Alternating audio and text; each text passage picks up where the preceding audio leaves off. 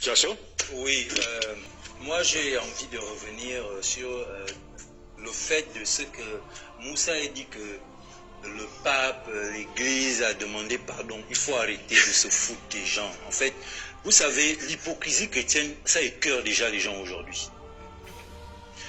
Qui a demandé pardon au peuple africain? C'est quoi demander pardon? Il ne faut pas qu'on joue à les mots. C'est quand on dit attention, la lecture ce n'est pas comprendre. Lire et venir exposer gens ce qu'on a lu ne veut pas dire qu'on a le fond ou la quintessence de ce qui est écrit. C'est pourquoi il faut faire attention à la lettre. Et on leur dit ça dans leur propre livre. Les hommes de lettres, c'est ce qu'ils sont. C'est quoi demander pardon? Je vais prendre dans la Bible pour que lui-même il se retrouve. Lorsque Jésus, là, Yeshua va chez Zachée, et que Zachée décide de se repentir de son comportement vis-à-vis de ses frères, qu'est-ce qui se passe? Est-ce qu'il se contente de venir à la place publique ou de cogner aux portes pour dire « Je suis désolé de ce que j'ai fait ». Il fait quoi? Il rembourse. C'est ce qu'il a décidé. Et cette histoire, elle sert à quoi? Elle sert à nous montrer ici aussi c'est quoi le pardon. Tu ne peux pas dire je m'excuse tout simplement, le mal que tu as fait, tu le répares à quel moment?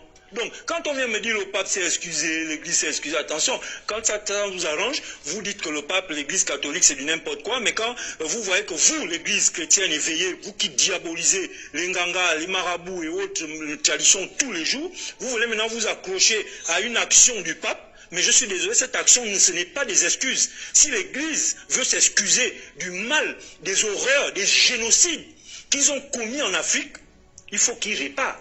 Comme Zachée l'a fait dans votre Bible. Et réparer ici, c'est d'arrêter ce discours que vous racontez dans vos églises, que nous faisons de la sorcellerie.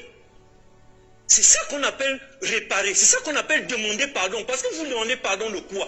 Vous demandez pardon d'avoir fait quoi? Ces familles qui ont été endeuillées, ces villages qui ont disparu, tout ce qui s'est passé, quel pardon vous allez demander aujourd'hui si vous n'êtes pas capable, l'Église romaine, le Vatican et autres assemblées évangéliques, de venir concrètement et de dire aux gens qu'on s'est trompé, le bouddhisme ce n'est pas la sorcellerie, le melan ce n'est pas la sorcellerie, nos ancêtres n'étaient pas des sorciers. Oui, je suis fâché. Et ça, il faut le savoir. Je suis fâché. Je ne vais pas me calmer cette fois-ci. S'il vous plaît, ne cherche pas à me distraire. Je suis en train de te ramener sur ta propre raison.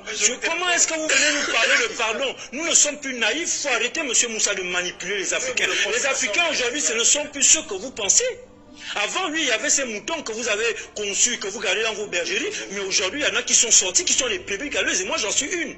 Et fier de l'être, je ne veux pas rester en esclavage. Et on vous dit arrêtez de nous raconter ce qui vous plaît. Oh, le pape s'est excusé. Quelle excuse? Est-ce que c'est comme ça que les excuses, ça se passe? Les excuses ne se passent pas comme ça. Ça, c'est la première chose. Deuxième chose, tu parles de nature, qui aujourd'hui a changé. On est maintenant dans une histoire qui a parlé de quoi là? C'est quoi? Bref, la nature, c'est quoi? La nature, tu ne peux pas dire que l'homme s'est éloigné de la nature. La nature, c'est chaque instant, chaque moment, chaque action que nous faisons, c'est la nature. Sauf que dans la nature, on peut lire le bien, on peut lire le mal. Donc, peu importe ce que les hommes font aujourd'hui, nous sommes toujours en phase avec la nature. C'est la nature qui nous permet d'être assis là. Si nous sommes là, c'est la nature. Mais je vais vous rappeler une chose. Vous, les moutons de l'église, je n'insulte personne. Lorsque je le dis, c'est vous-même. Vous êtes des moutons. Vous, les moutons de l'église, il y a quelque chose que vous oubliez.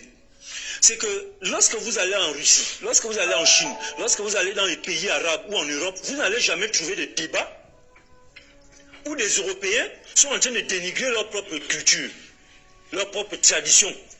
Vous n'allez jamais trouver deux Français, un assis en face de l'autre, en train de dire que voilà, la tradition judéo-chrétienne est diabolique, pendant que l'autre est en train de défendre. Ça n'existe pas dans les débats télévisés chez les autres. Oui. C'était dans quel pays? Je n'ai pas besoin d'être dans un pays. Aujourd'hui, tous les pays viennent à nous. Le monde est ouvert grâce à Internet. Mais de tout ce que moi je sais, surtout depuis qu'il y a le conflit Ukraine-Russie, nous sommes aujourd'hui connectés à tous ces médias qu'en réalité on ne regardait même pas. Et moi je regarde les médias arabes, je regarde les médias asiatiques, mais moi je ne vois pas.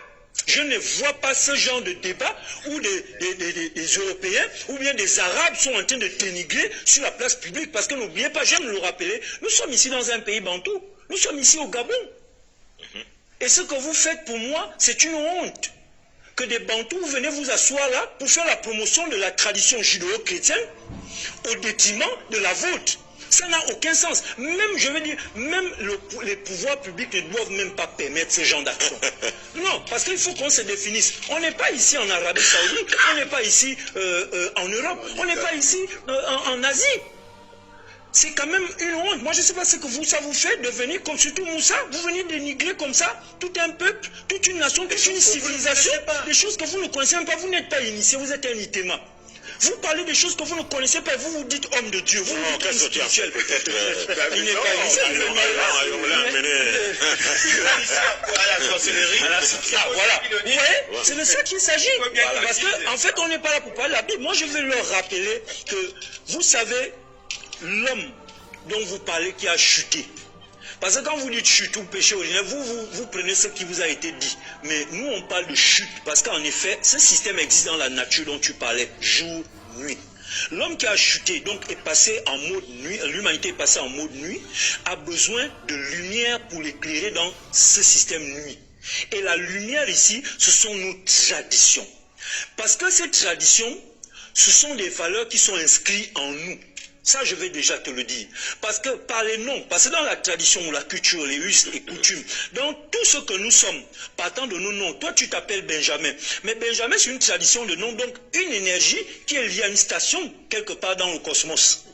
Mais cette station ne te reconnaît pas.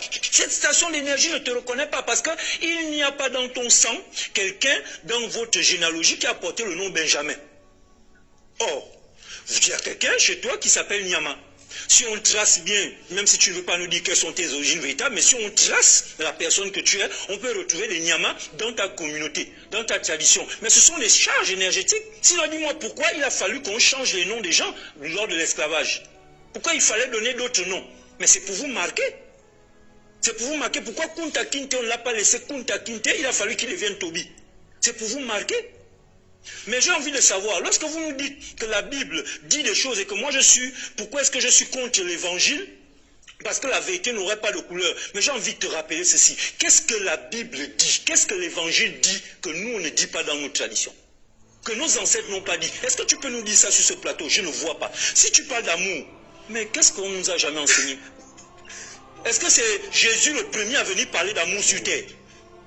Est-ce que Jésus est le premier qui est venu parler de pardon? C'était même avant lui, dans sa propre communauté, il y avait déjà des gens qui enseignaient l'amour, qui enseignaient déjà le pardon. La seule chose que la Bible la seule orientation que la Bible nous donne, qui n'est pas dans nos traditions, c'est le fait qu'il y ait cette prétention à dire qu'il est le seul chemin qui mène à Dieu, ou bien qu'il est le Dieu lui-même. C'est la seule différence. Mais tout ce qui est dedans comme enseignement, je suis désolé, moi dans mes bandes, je l'enseigne, j'ai trouvé des gens en train d'enseigner cela avant moi, dans le Mélan, dans nos traditions. Voilà un fan qui est là, il va me dire que ses ancêtres ne connaissaient pas le pardon et qu'il a fallu que la Bible arrive pour qu'on sache ce que c'est le pardon.